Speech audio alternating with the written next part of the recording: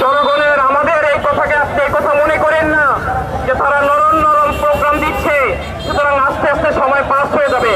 আমরা time pass করার জন্য এই প্রোগ্রাম দিচ্ছি না, আমরা এই কারণেই প্রোগ্রাম দিচ্ছি যে আমরা নরম থেকে আস্তে আস্তে গরম হব।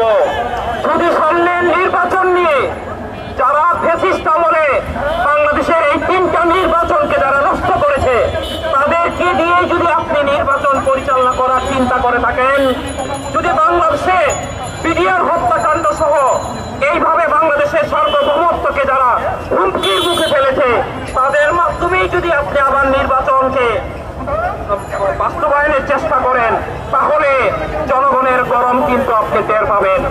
আমরা সরকারের কাছে বিনীতভাবে অনুরোধ করব যে পিআর পদ্ধতিতে নির্বাচন, জুলাই সনদের বাস্তবায়ন সহ ফ্যাসিস্ট আওয়ামী লীগের এবং তার সহযোগীদের বিচার এবং এই সহ 5 দফা যে দাবিতে আমরা মাঠে নেমেছি, এই দাবি জনগণের দাবি, এই দাবিকে বাস্তবায়ন করেই আপনাকে নির্বাচনে করতে হাঁটতে হবে। অন্যথায় জনগণ কিন্তু আবার আরেকটা 5ই আগস্ট বাংলাদেশে তৈরি করবে ইনশাআল্লাহ। সবাইকে স্বতঃস্ফূর্তভাবে আজকের এই কর্মসূচিতে অংশ নেওয়ার জন্য আন্তরিক ধন্যবাদ জানিয়ে আমি আমার আলোচনা এখানেই শেষ করতেছি। আমার তৌফিক ইল্লা বিল্লাহ। আসসালামু আলাইকুম ওয়া রাহমাতুল্লাহ। সংগ্রামী সাথী বন্ধুগণ, আজকের এই মানববন্ধনে এখন বক্তব্য রাখছেন ইসলামী আন্দোলন বাংলাদেশের কেন্দ্রীয় ঢাকা বিভাগীয় সাংগঠনিক সম্পাদক মুফতি দেলোয়ার হোসেন সাকি। আসসালামু আলাইকুম ওয়া রাহমাতুল্লাহি ওয়া বারাকাতুহু।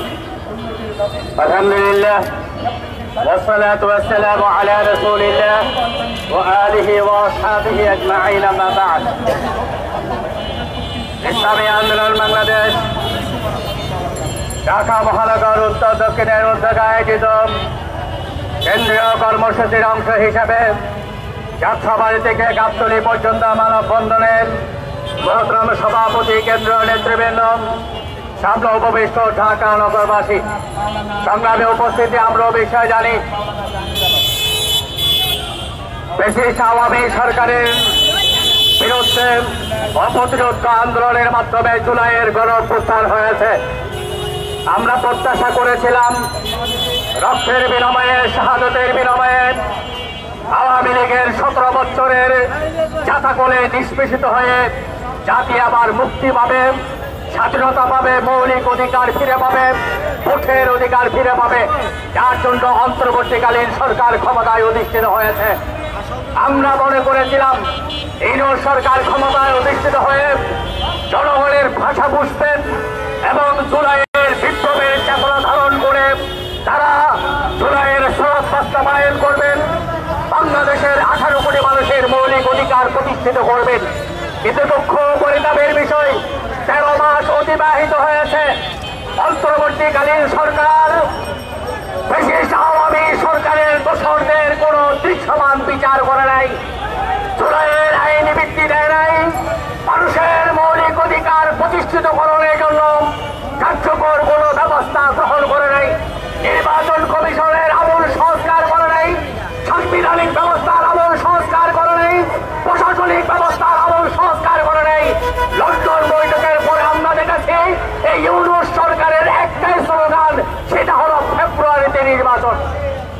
আমাদের কোনো আপত্তি নেই, আপনি ফেব্রুয়ারিতে নয় ডিসেম্বরে নির্বাচন করেন, কিন্তু জুলাইয়ের চেতনাকে ম্লান করে দিয়ে বাংলাদেশে বেশি আওয়ামী লীগের মতো আর কোন নির্বাচন জনগণ মেনে নিবে না, মেনে নিবে না।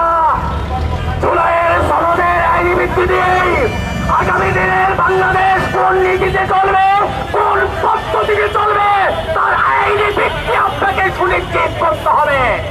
বাংলাদেশের আওয়ামী শক্তি চলে যাওয়ার পর বর্তমান বিএনপি বলছেন গণভোটের কথা, যেদিন নির্বাচন হবে ত্রয়োদশ জাতীয় সংসদ নির্বাচন, সেদিনে গণভোট হবে। আমরা মনে করি এটা হলো একটি রাজনৈতিক ষড়যন্ত্র। কেন? নির্বাচন হয়ে গেলেই তারা জনপ্রতিনিধি হিসাবে 3 দিনের মাথায় সংসদে গিয়ে ঐক্যবদ্ধ কমিশনের সকল প্রস্তাবনাগুলো লাথি মেরে ফেলে দিবে। আমরা বিএনপির প্রতি আস্থাশীল নই। আমরা মনে করি এই বিএনপিও আওয়ামী লীগ হতে দেরি করবে না।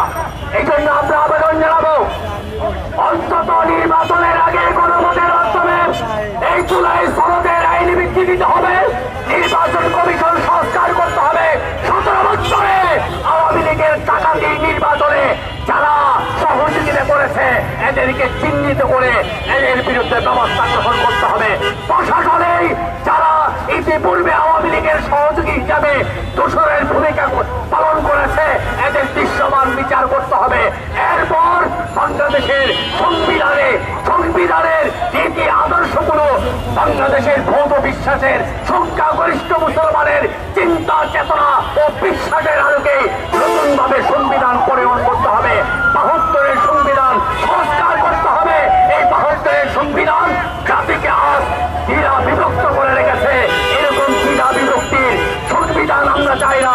এই মৌলিক বিষয়গুলো মাথায় রেখে সামনে নির্বাচন হতে হবে। জুলাই সনদকে উপেক্ষা করে জাতির দাবিগুলোকে উপেক্ষা করে নির্বাচন হলে আওয়ামী লীগ যেভাবে বিতাড়িত হয়েছে এই অন্তর্বর্তীকালীন সরকারকে চরমভাবে তার ভাষণ দিতে হবে। আমরা চাই ইউনূস সাহেব সম্মানে মানব, উনি সসম্মানে বিদায় গ্রহণ করুক। লজ্জাজনক বিদায়, ইউনূসের লজ্জাজনক বিদায় আমরা কামনা করি না। আশা করি শপথের উদয় হবে, তিনি উদ্যোগ গ্রহণ করবেন। এই উদাত্ত আহ্বান জানিয়ে আমার বক্তব্য শেষ করছি। আসসালামু আলাইকুম ওয়া রাহমাতুল্লাহি ওয়া বারাকাতুহু। সংগ্রামী সাথী বন্ধুগণ, জুলাই সনদের আইনি ভিত্তি প্রদান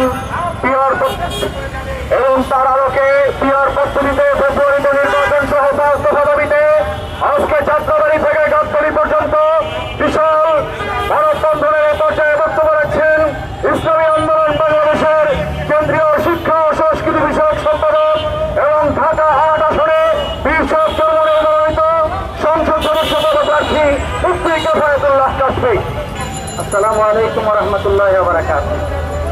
আমাদের আজকে 5 দফা দাবির আদায়ের লক্ষ্যে মানববন্ধন হচ্ছে। এই 5 দফা দাবি আদায় করলে ইনশাআল্লাহ আমরা আশা করতে পারি সামনে বাংলাদেশে শান্তি আসবে। এই 5 দফা দাবি বাস্তবায়ন হলে জুলুমবাজদের বিদায় হবে।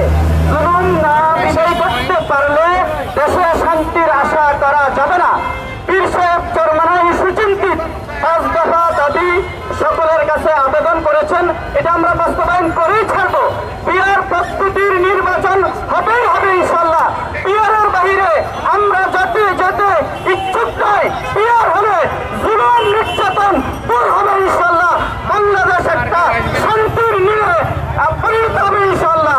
এই আশা ব্যক্ত করে আজকের বক্তব্য আমি এখানে শেষ করলাম। আসসালামু আলাইকুম ওয়া রাহমাতুল্লাহি ওয়া বারাকাতুহু।